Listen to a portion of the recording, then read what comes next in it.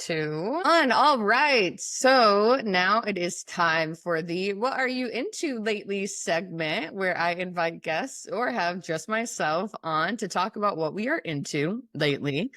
Today, I am super excited to have two awesome women on, one including my mom, to talk about what they're into lately. And it is a really, really cool thing. I know I usually talk about pop culture, but today we'll be talking about the culture with some really fun programming talking about Black women in history. So I will kind of kick it off. And like I said, I've got two lovely women on today. They are collectively known as Soulful Journeys of Women. One is my mom, Donise Robinson. The other is her partner, Tracy Wynn. And I will actually go ahead and kick it off to you two to kind of introduce yourself. Tell the people what they want to know. So, Tracy, we'll go ahead and start with you. Well, I'm happy to be here today. Thank you for inviting us. We started Soulful Journeys of Women because we wanted to continue to tell the story of historical women.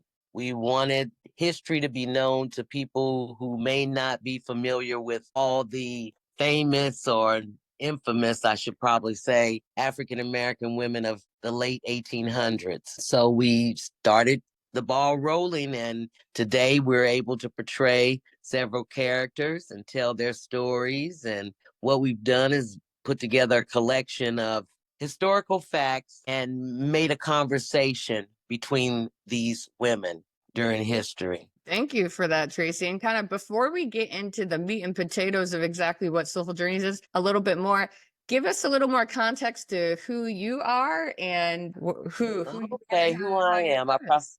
Okay, I'm sorry. Who I am. I'm a woman who wanted to perform all my life since I was a child. That's what they tell me, that I've always talked about performing. So I studied speech communications and theater in Tennessee State University many years ago. I moved to New York City when I was about 23 in pursuit of the theater. And I ended up getting married and having children and raising those children, but always wanting to do stage things and film things. And so now, after everyone is grown and out of the house, I'm able to explore. Almost everyone is out of the house. I still have a teenager, but I'm able to explore some of those things that I wanted to explore. And so I guess that's my driving force, something I always wanted to do. Love that. That's interesting. I didn't know most of that stuff. And all right, so kicking it off to my mom, go ahead and give us a little intro. Okay.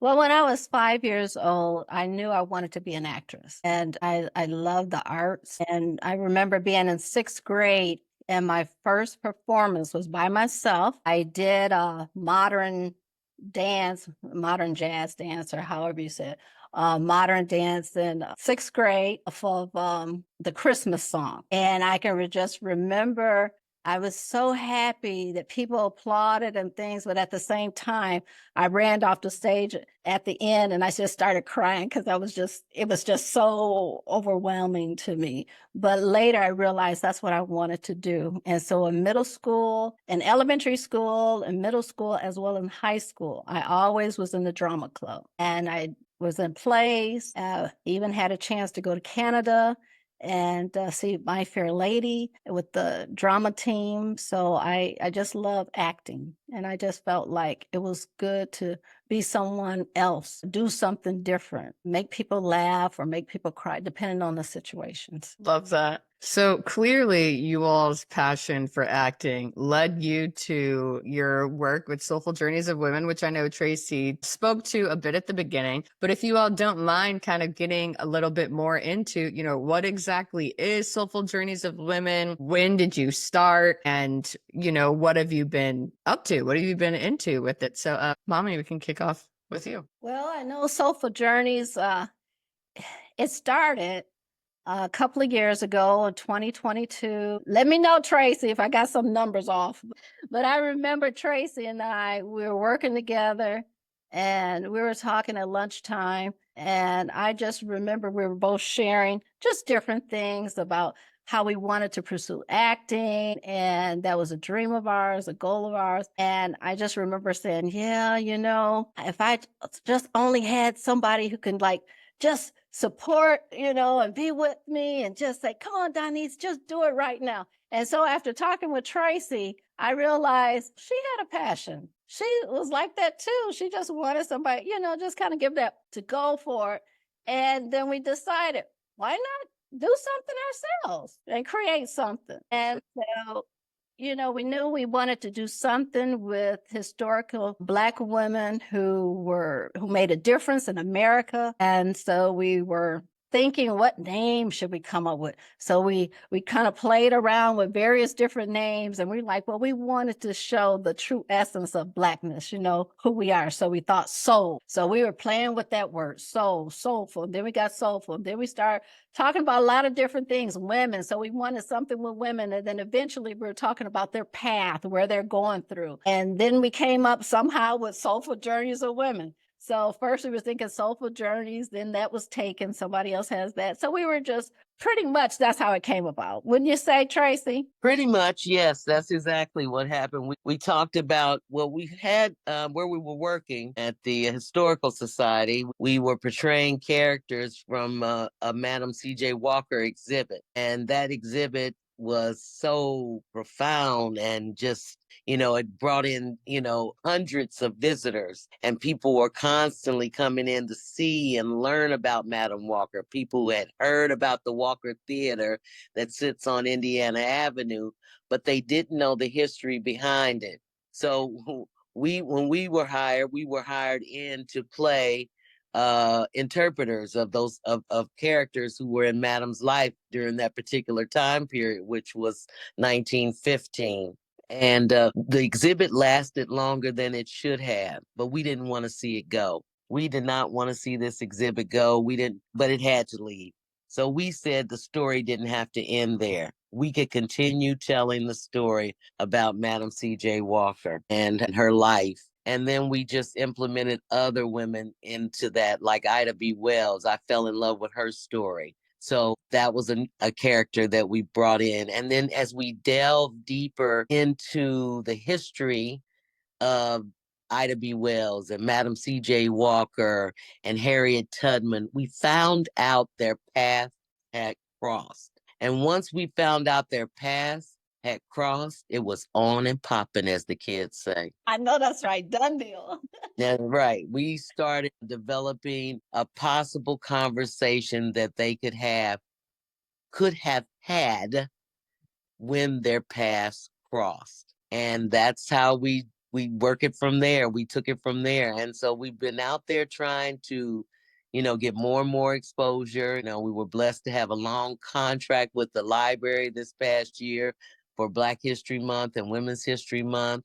It was just exciting. So we want to continue this journey. We want to implement more women into our repertoire, as they say, and really, showcase all of these women that maybe a lot of people don't know about. A lot of people know about Ida B. Wells and Madam C.J. Walker, but they don't know as much about other characters and people like Biddy Mason, who I'm fascinated with, but it's hard to find the history on her. So that's how we basically got started. I mean, it took us 2 years to really get off the ground, but we did. No, yeah, a lot of that history. Again, it's fun because I'm learning a little more too. So thank you for that. And I'm curious, I would love if you two could walk us through what it is like to be at a Soulful Journeys of Women event. You mentioned that you portray characters. So just kind of walk us through what that looks like. If someone were to say, oh, okay, this sounds really interesting, I want to go, give us a little more detail to what exactly they're saying. You want to start, Donnice, or you go ahead? I can start or you. It doesn't Go matter.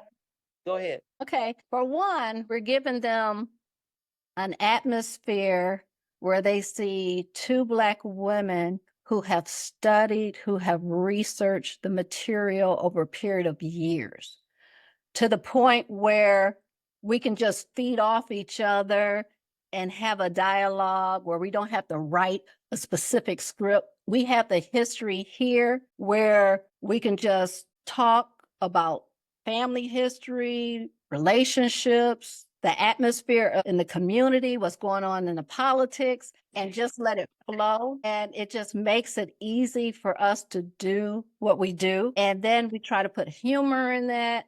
We make it accurate to history as far as the dates are concerned, the era. We dress at the period to make it look more authentic. And so it becomes a heart thing, a passion thing. And so we were able to have it fun. It's a dialogue, it's communication. We're talking back and forth. Where it's not like, it's not like we're like waiting, like, okay, it's my turn to talk. It's just back and forth, back and forth. And to me, that's freedom and that's real art. And you don't see many people doing that today. You see people have monologues, even you have some people and two people talking, but it's not a story, a cohesive story of a period of time, a specific period of time. Tracy. That's right. I want to say that we have those beautiful costumes that people will see the costumes. We've taken time to make sure that our costumes are historically accurate to the time period. We've also implemented props on our set. So we have props that are period appropriate also. And like Donnie said, we play well off of each other. We learned that a long time ago when we spent those 7-hour days in the museum together and we would just bounce things off of one another. People would come in and ask questions and we would just keep going. So if she throws something at me, I know, or if I throw something at her, she knows. We know how to get each other on track. If we lose track of, where we were or whatnot. So yeah, we work well together as far as doing these things with the characters and I love it. Oh, and we also have a backdrop. It's not the elaborate backdrop that you may see on a stage, but we have backdrops of places where they were, like Madam Walker's townhouse in New York, Harriet Tubman in front of the church with Ida B. Wells. So, it's just really fun to put all of that together and to build this conversation that we think these ladies may have had in their encounters. So it's very fun. I enjoy it. I think people, when they come in, they don't know what to expect. I think they think that we're going to just do a speech about Madam Walker or Harriet Tubman or Ida B. Wells, and it's not that. It's like I always tell people, it's a mini play with a 15-minute Q&A. So we do a mini play, a mini production, and then we have that question and answer period where we let people ask us questions that we may not have covered in our presentation. I like that breakdown too. It's a mini play, especially given what you said at the beginning, which was your passion, both of your passion for theater and the arts. And so I understand, why you're so passionate about the work. I think the follow-up question I'd have is, why does this matter to you? Why do you see it as important for you to be the ones going out and doing this, and what are you hoping it yields? Well, for me, these women inspire me. They had so many obstacles in their way during their time period, when they were growing up, when they were making a way in the world. They had so many obstacles that we can't even fathom at this point. We don't have to live through what they lived through: slavery, parents being enslaved, all of those horrors. I think of the day-to-day things that we don't have to deal with.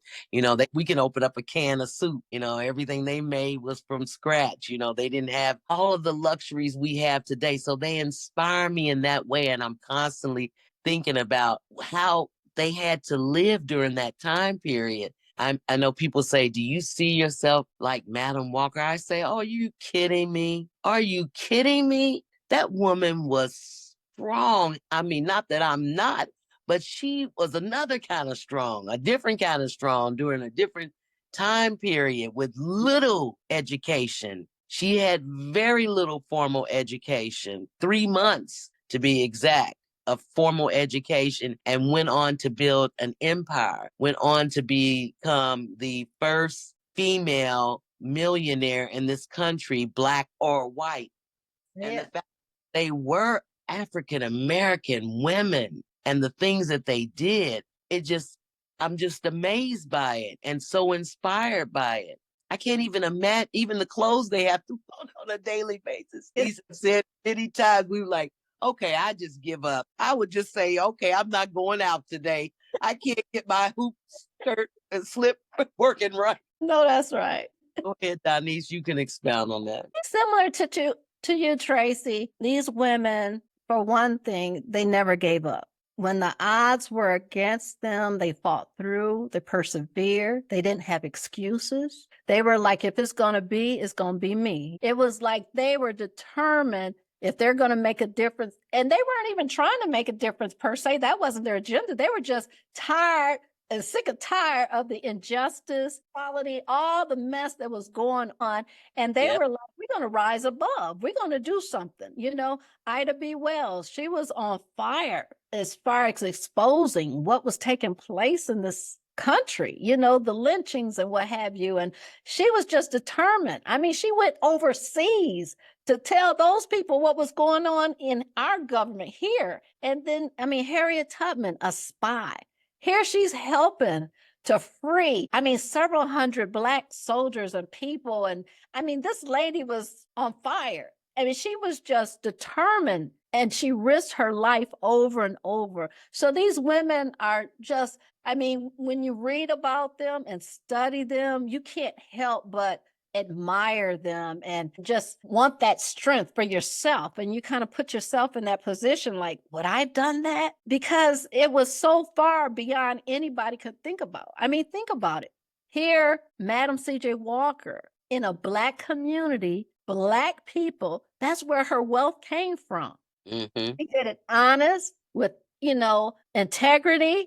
She didn't rip people off. She didn't, you know, she had a good product. And Black people supported it. Yes, they did. Yes, they did. Yeah. And so my passion is hoping that when we go out there and tell these stories, and it's just not for Black people, it's for all people, men and women. And when we can tell these stories to inspire them, so it doesn't matter where they are at, where they live, they can say, wow, there's hope for me. If this lady can do it, during the time when people were enslaved, or this person can do it when the time when people, you know, were broke and didn't have money, or if this person can do that and go across seas when everything was just, I mean, politically against her. Yes. I think it's something for everybody. And that actually really leads me to my next question, if you have any more to expound on, is how you want people to feel leaving your show and how you want your performances to impact attendees. Because,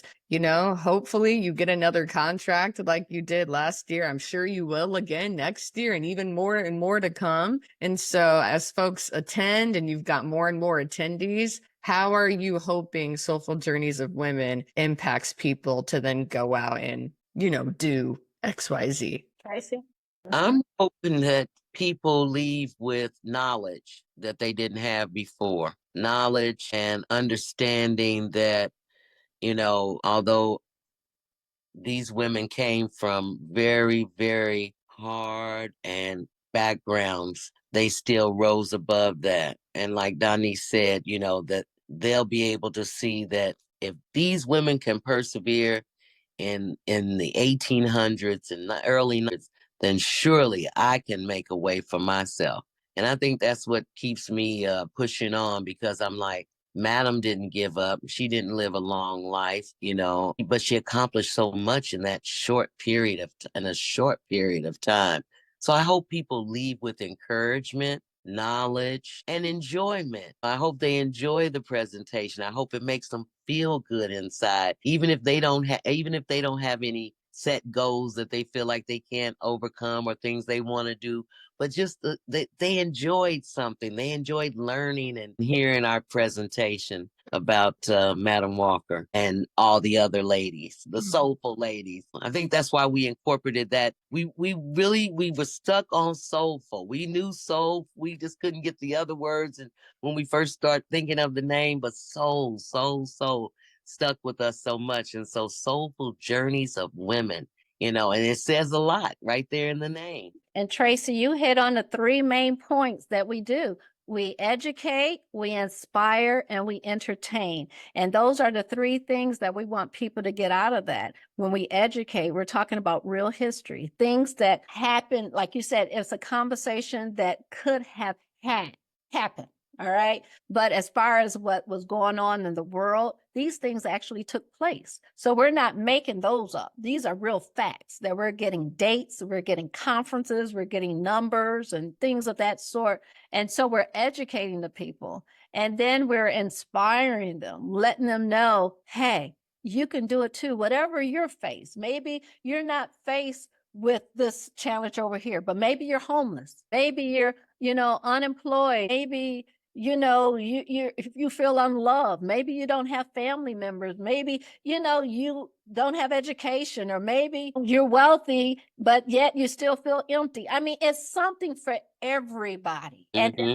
finally, to leave happy, upbeat, feel inspired, feel energetic, feel like, woo, that was even though it's some hard facts, we like to leave on a good tone where it's like, wow, okay, so they can take it in but yet feel like it was worth it. Yeah, and from experience, that's true. There is some heavy content. However, you do leave thinking, wow, that is extremely impressive. And I feel really proud to be Black and to know these stories and these women. I really, unfortunately, we do have to wrap this up, but I really, really, really appreciate you two being on. Hopefully, it gives people even just a short and sweet snippet of who Soulful Journeys of Women is, and just enough for them to be interested to come out and come see you all. And so that's kind of my next question as we wrap this up.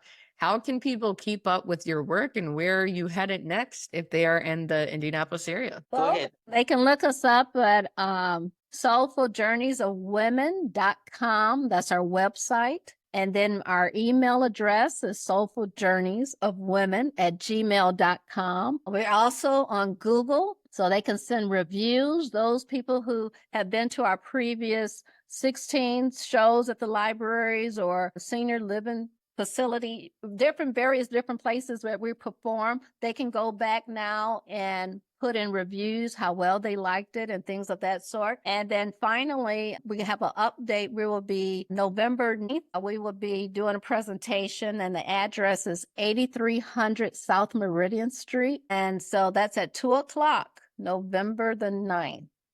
I'll put that in the show notes there for everyone. But again, I do have to wrap this up. I really, really, really appreciate your time. Thank you so much, Tracy. And thanks so much, Mommy, for being Uh, on.